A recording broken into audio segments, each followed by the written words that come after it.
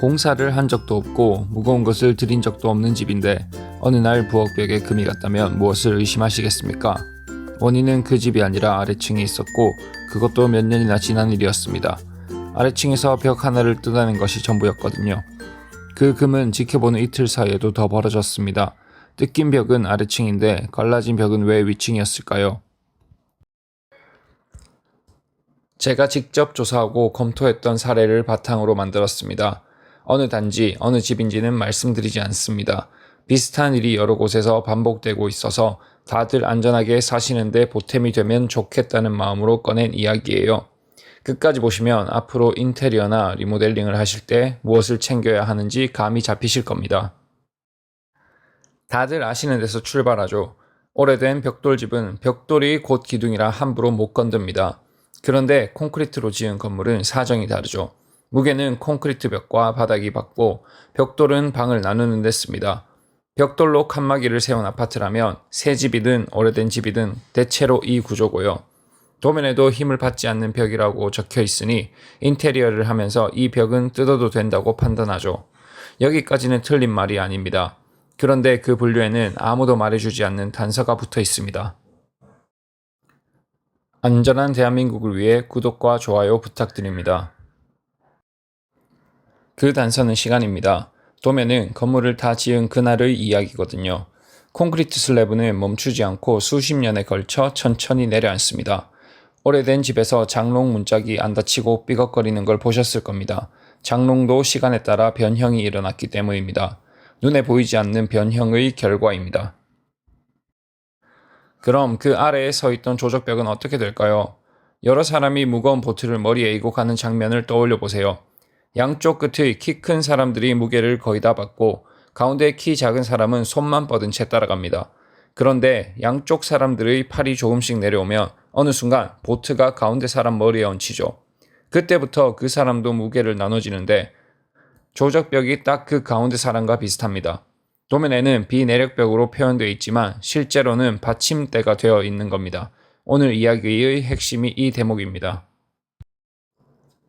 이건 제 의견이 아니라 기준에 적혀 있습니다. 내진 설계 기준, 즉 지진에 견디도록 건물을 만드는 규칙은 칸막이 벽이 조적인 경우를 따로 다루거든요.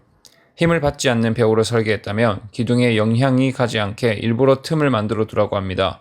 그 틈 없이 딱 붙여 지었다면 그 벽도 건물의 일부로 계산에 넣으라고 못을 박아 두었고요. 붙어 있으면 힘을 주고받는다는 걸 기준이 이미 아는 겁니다. 그럼 벽돌은 얼마나 예민한 재료일까요? 벽돌 기준에는 처짐, 즉 위에 있는 바닥이 아래로 휘는 양을 받침 사이 거리의 600분의 1 안으로 묶어둔 조항이 있습니다. 아주 작은 변형에도 벽돌은 견디기 어렵다고 본 겁니다. 다시 그 집입니다. 아래층에서 뜯어낸 벽은 위층 바닥에 닿아 있던 벽이었습니다. 아까 그 가운데 사람이 슬쩍 빠져나가면 어떻게 될까요? 양쪽 사람들이 무게를 전부 다시 받고 보트 가운데는 그만큼 더 내려앉습니다. 바닥도 똑같아서 그 위에 선 조적벽은 아래로 끌려 내려가면서 늘어나는 힘을 받게 되죠. 그런데 이상한 점이 있습니다. 벽을 뜯은 건 수년 전인데 금은 왜 이제야 갔을까요? 그날로 끝난 일이 아니었기 때문입니다. 바닥은 그 뒤로도 몇 년에 걸쳐 더 내려앉았고 벽돌이 받는 힘도 조용히 커졌거든요. 벽돌은 미리 신호를 주지 않는 재료라서 아무렇지 않은 얼굴로 참다가 어느 순간 그냥 툭 갈라집니다.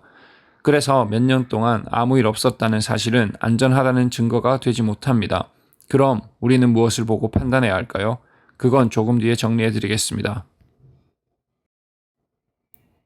그 집은 벽 9군데에 금이 있었고 폭이 가장 큰 것은 4mm가 넘었습니다. 폭을 재기 시작하자 이틀 만에 0.5mm가 더 벌어졌고요. 여기서 오해하지 않으셨으면 하는 게 건물이 무너진다는 이야기가 아닙니다.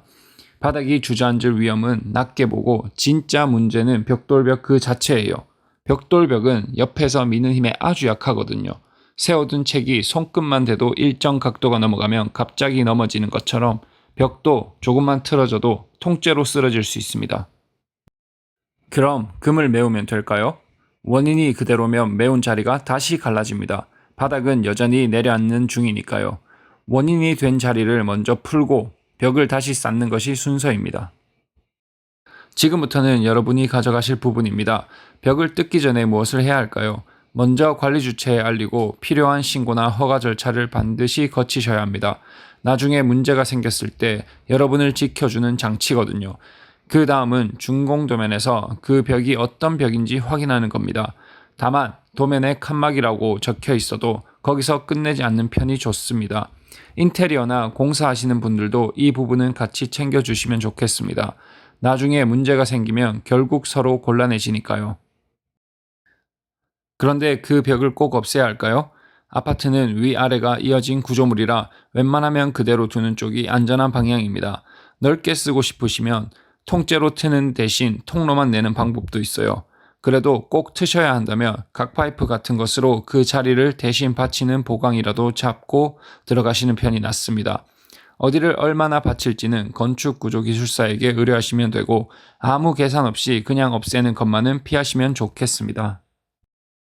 그리고 오늘 이야기를 여러분 집에 그대로 옮기시면 안 됩니다. 뜯어도 아무 일이 없는 집이 있고 오늘 사례처럼 되는 집도 있거든요. 그럼 무엇이 그 차이를 만들까요? 그 건물이 지금 어떻게 서 있느냐인데 이건 건축구조기술사가 가장 정확하게 판단할 수 있는 영역입니다. 솔직히 저라면 아파트에서는 벽돌벽이라도 굳이 털지 않을 것 같습니다. 구조 검토나 상담이 필요하신 분은 언제든지 편하게 연락주세요. 궁금하신 주제 있으면 댓글로 남겨주세요. 오늘 영상이 도움이 됐다면 구독과 좋아요 부탁드립니다.